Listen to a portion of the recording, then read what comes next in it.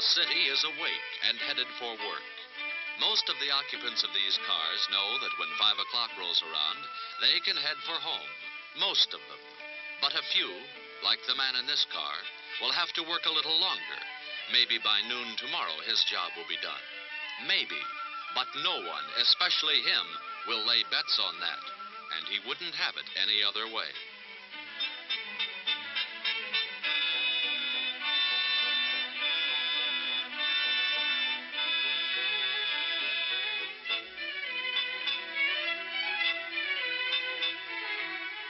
This is Major Paul Dobbins, U.S. Air Force.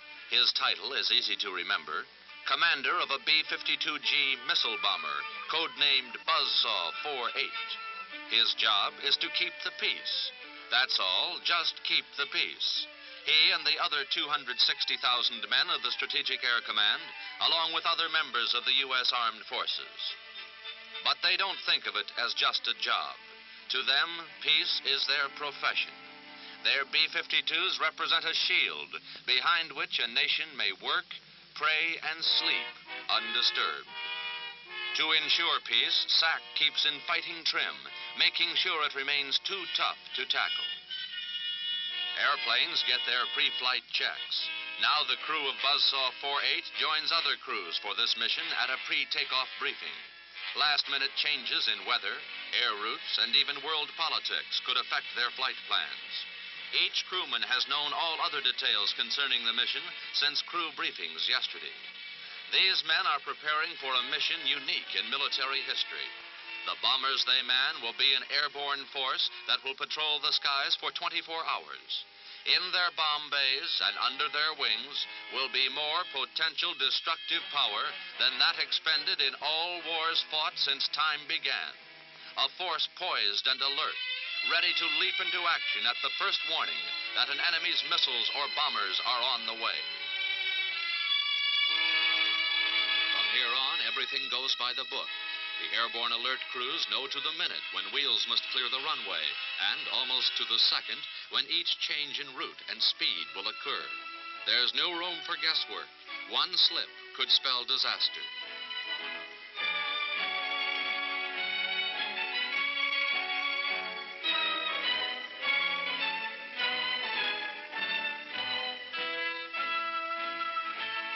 Guarding the waiting bombers can't afford slips either.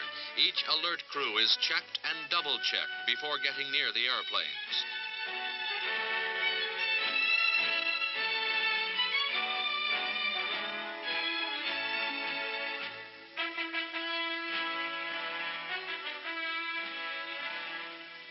The last hurdle could be a rough one unless the right password or signal is given.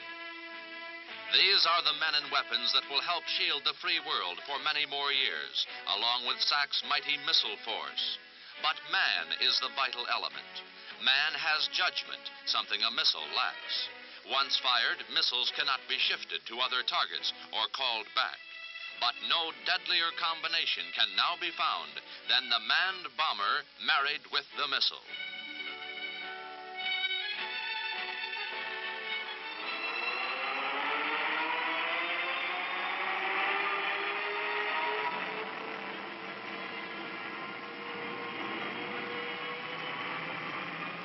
This is Buzzsaw 48. We're taxiing. Roger, 48. You are cleared for runway 35. The men of Buzzsaw 48 and the airborne alert mission they fly could be compared to the club carried by the prehistoric caveman. That club represented what is known today as the deterrent concept, preventing an enemy from attacking because he knows that an attack would mean instant and devastating retaliation.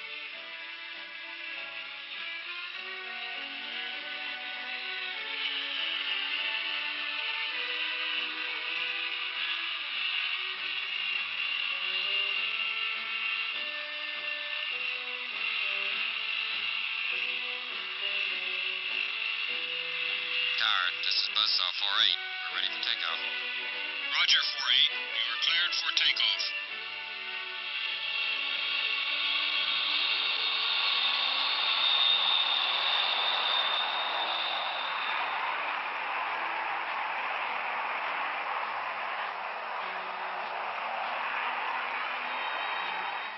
But this retaliatory force is not a wooden club. It is an instrument of sinew and steel, the sinew of dedicated men, and the steel of weapons the like of which the world has never before known.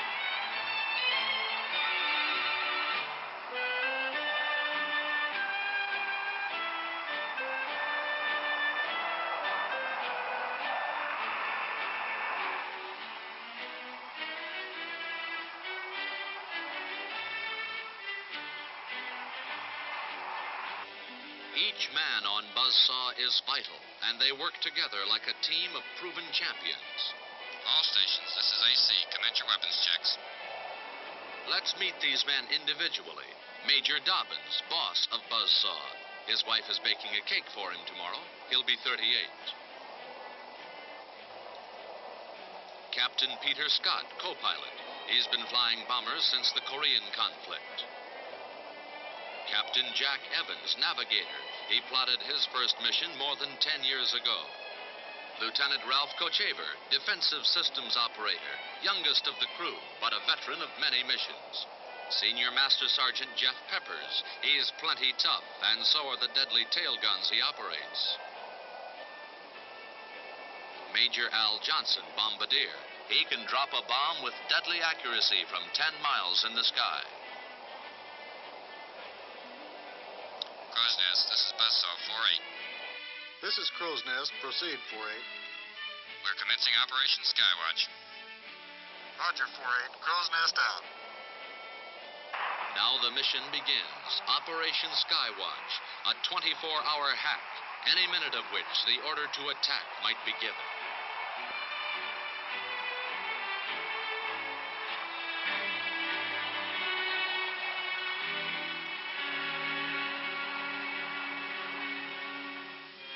Early in the jet age, our defense planners recognized a chilling fact. Enemy jet bombers coming in over the Arctic wastelands would be able to attack the great industrial centers of the Midwest and East without detection until it was too late. A super warning system was quickly established over the roof of the North American continent.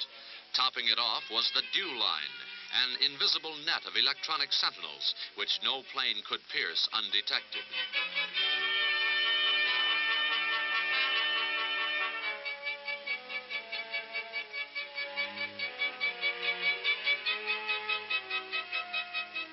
Completing this system were radar installations along each coast, including prowling airplanes and offshore Texas towers. Until recently, this gave America that one precious commodity, time. Time in which to launch our retaliatory force. But this warning cushion evaporated in the searing blast of the first test ICBMs. Work was started immediately on a ballistic missile early warning system. Even when finished, however, it will give only 15 minutes warning that enemy missiles are on the way. In the meantime, SAC must operate on the theory that no warning would be received, and that if the missiles reach their targets before our retaliatory force could be launched, that force would die on the ground. So SAC took additional steps to ensure that it could survive such an attack and still destroy the enemy. First, base dispersal. Fewer planes on more bases, ensuring that a small number of direct missile hits could not destroy all our bombers on the ground. Second, a ground alert that could put 1/3 of that fleet in the air within 15 minutes. And third, a new concept, the airborne alert, was tested, proven, and placed on standby until needed. This plan provided for a bomber force in the air constantly during periods of international tension. These bombers, ready to go on an instant's notice, would be under direct control of SAC headquarters in Omaha, Nebraska. Here, positions of the airborne alert planes would be recorded throughout their 24-hour missions. From here, any counterattack would be ordered, following approval by the Joint Chiefs of Staff and the President of the United States. However, if an enemy attack appeared probable, the commander of SAC could order the airborne alert planes to stand by for a go code, the order to attack. He would then launch the ground alert aircraft, sending them toward targets under positive control. That is, each would fly to predetermined positions. If additional orders were not then received, every bomber would automatically turn back. But if reports showed the free world to be under actual attack, the go code would be issued by presidential authorization, and the airborne alert bombers and those under positive control would attack. Simultaneously, SAC's ICBMs would be launched. Roger, Buzzsaw 48. Your last position check is recorded. Blackjack Ace, this is Buzzsaw 48, preparing for refueling rendezvous. Tanker and radar contact. 48 out. Roger, 48. Blackjack Ace out.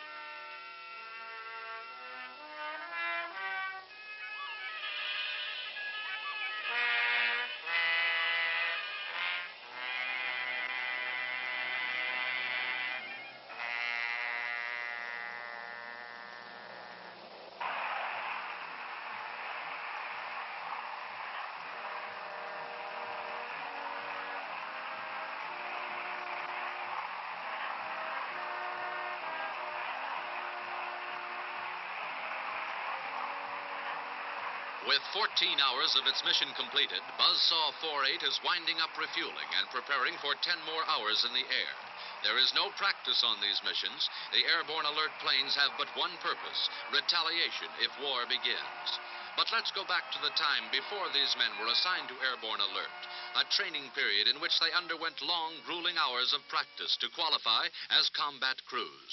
In those days, one goal stood out above all: hit the targets every time. AC, this is Navigator. Go ahead, Jack. The heading to the IP is 110 degrees. The IP, Air Force jargon for initial point, the point where the bomb run begins. Major Dobbin's bomber will hit its IP shortly after dawn. But before that, it will theoretically wipe out two widely separated targets with its missiles before making a simulated bomb run on a third, target Delta. Practice targets chosen for the training missions are based on the similarity of radar pattern reflections given off by actual targets that would be hit in case of aggression.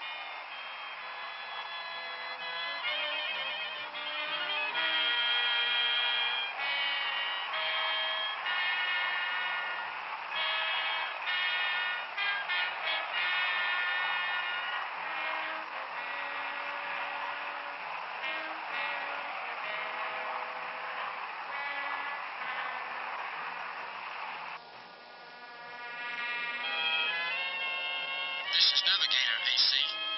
Go ahead, Navigator. Decoy firing time in 10 minutes. Initial launch of assault missiles in 18 minutes. Okay, Jack. Coordinate all firings on schedule. Decoy missiles? If the missile bombers ever thunder into enemy territory, all weapons will be trained on them. In defense, a number of small decoys will be released by the bomber. Each will give off the same radar impulses as the B-52. Result, instead of one B-52 streaking to target, ground radar screens will show several. The enemy must then decide which is the real bomber. By the time he decided, the targets would be in ruins.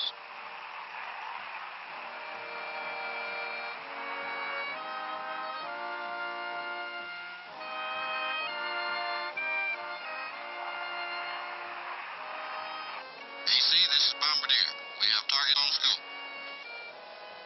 The practice missile firings against targets Coco and Bravo are only minutes away. While the Hound Dog missiles will be fired only in America's defense, they are nonetheless ready. Now, on this simulated attack, switches are thrown, but the missiles are not launched. Instead, electronic impulses recorded on the ground tell the crew where each missile would have struck. But here is what the two nuclear-armed missiles, and later the new air-launched ballistic missiles, could do if the firing switches are ever thrown in retaliation. Two strategic targets many hundreds of miles apart would be leveled, while Buzzsaw sped on to drop its bomb load on a third target.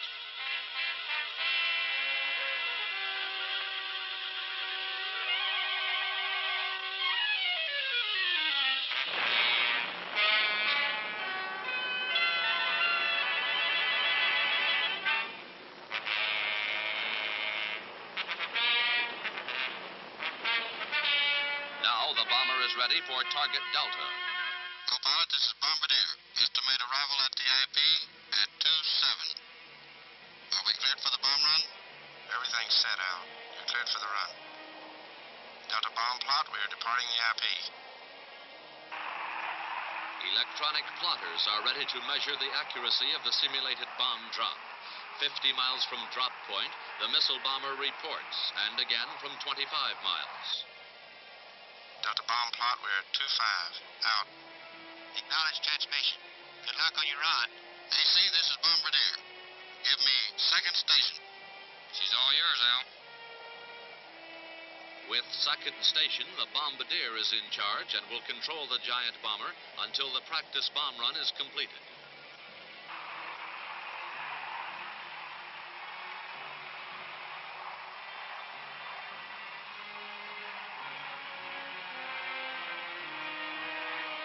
Bombardier, this is AC. We're 1 minute out and closing. We're 30 seconds out, Al. Stand by on the tone. 20 seconds out, tone on. Now the long wait begins. 20 seconds to 0.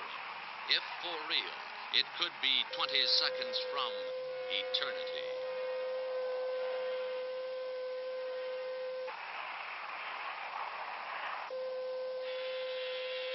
Bombs away. That the training paid off is shown in the professionalism of Buzzsaw 4-8's crew, now nearing completion of its alert mission.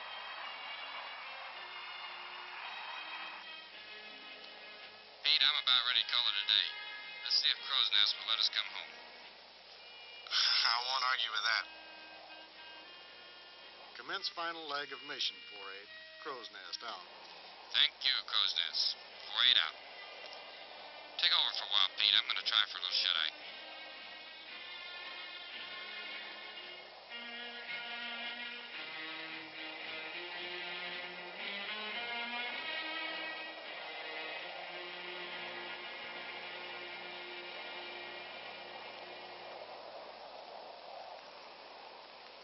Attention Skywatch. Attention Skywatch. This is Blackjack Ace. This is Blackjack Ace. All aircraft stand by for go code until 10:38 Zulu. All aircraft stand by for go code until 10:38 Zulu. All stations, this is AC. We're on a go code standby until 10:38 Zulu. Only one thing matters now, the radio. Any call during the next 46 minutes could send all of the airborne alert bombers speeding to top priority targets. At SAC headquarters, a different call is received from the commander of SAC. Launch the ground alert force under positive control. When this red phone is picked up, direct lines to SAC bases on 4 continents are seized. This is Blackjack King. This is Blackjack King. Commence Operation Rock Crusher. Commence Operation Rock Crusher. This force has never been launched in anger or by accident, only in practice. But when the klaxon sounds, even in training, its screech means but one thing. When it goes, everything is for real, until the alert is canceled.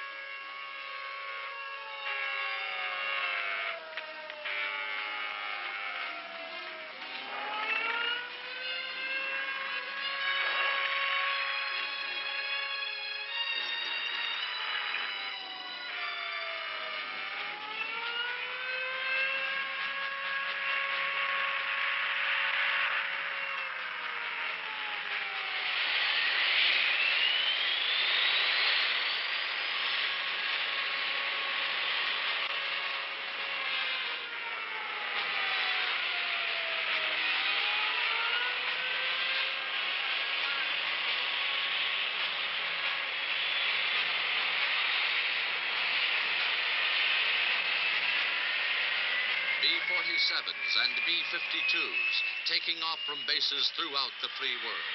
Morocco, Spain, England, Guam, from throughout the United States. Wherever free men stand ready, they are now galvanized into immediate but carefully pre-planned action.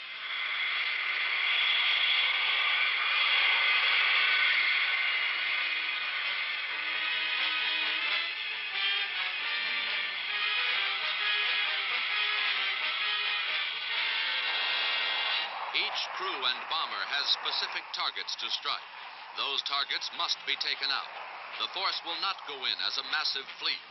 Each bomber will go in alone, jabbing into the enemy's vitals from every direction and altitude. Some will drop their deadly loads from 10 miles in the sky.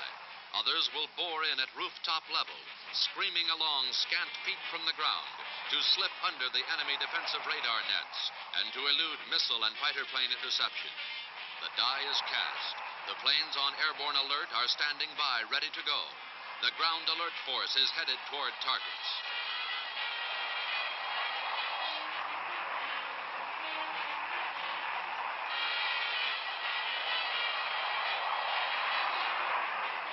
A third part of SAC's knockout punch, the ballistic missile force, must wait out the attack.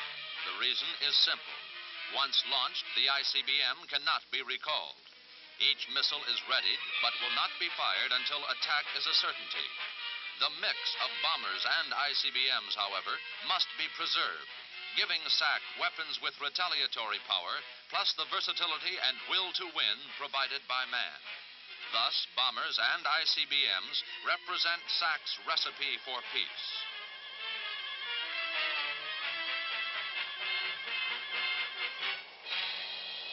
New target headings from the navigator are relayed to Major Dobbins throughout the alert. Now the order is given to start up the missile engines. Start switches are thrown and the Hound Dogs bark to life.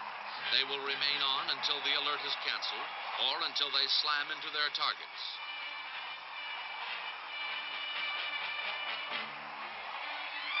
Time is the only factor now for Buzzsaw 48 and others like her. Time that is speeding by in the sky and in SAC's underground command post, now a hub of activity. Continuous check is kept on the airborne bombers, while Defensive Force Headquarters check and evaluate reports to determine if the free world is actually under attack. Television cameras monitor the path and position of each of the airborne alert aircraft. This information is fed to the Joint Chiefs of Staff and the President, who must decide if the bombers and missiles will be ordered to attack. That decision will then be relayed to the Commander-in-Chief of SAC, who will order the force to targets by a coded voice message over SAC's special radio network. If the aircraft radios remain silent, the planes will turn back automatically. Buzzsaw 48 and other airborne alert bombers are in prime position for the dash to targets if the go code is given. Here comes a position change on Buzzsaw 48.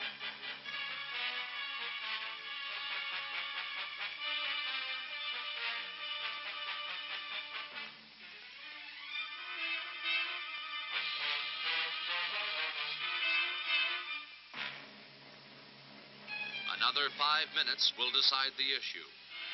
Home or... And this then. A missile bomber called 48 is prepared for the worst. It and the other airborne bombers, poised in the murky air of our time like guardian angels, prepared to go the limit for freedom.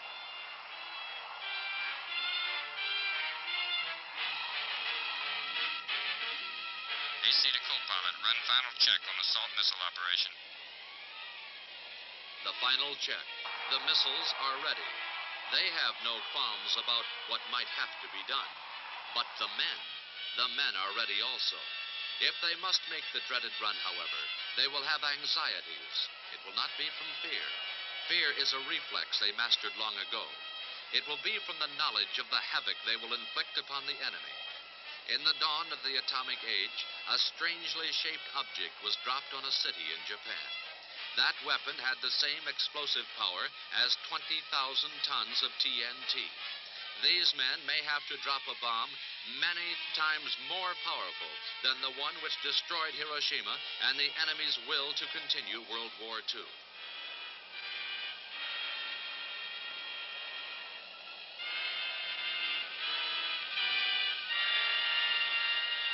This is why Major Dobbins and other men like him dedicate their lives to peace.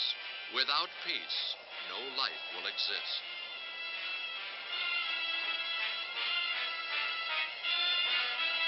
Silence is the sweetest of sounds now. silence unmarred by the crackling radio and the coded voice message ordering the bombers to attack. Less than a minute remains.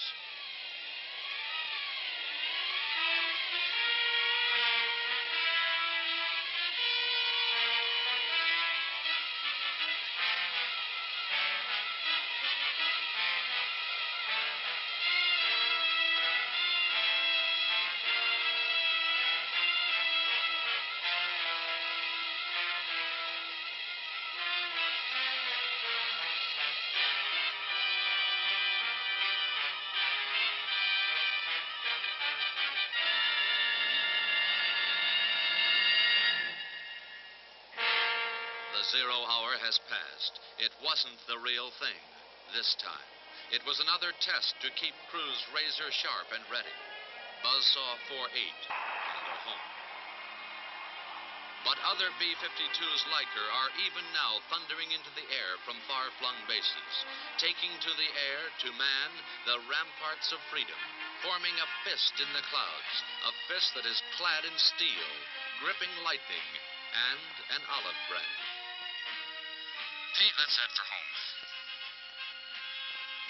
So long as the freedom of man and his right to live in peace is threatened, SAC must maintain its posture of power, a mighty force casting a shadow of peace, buying time to perfect a world in which man may work and pray and sleep without fear.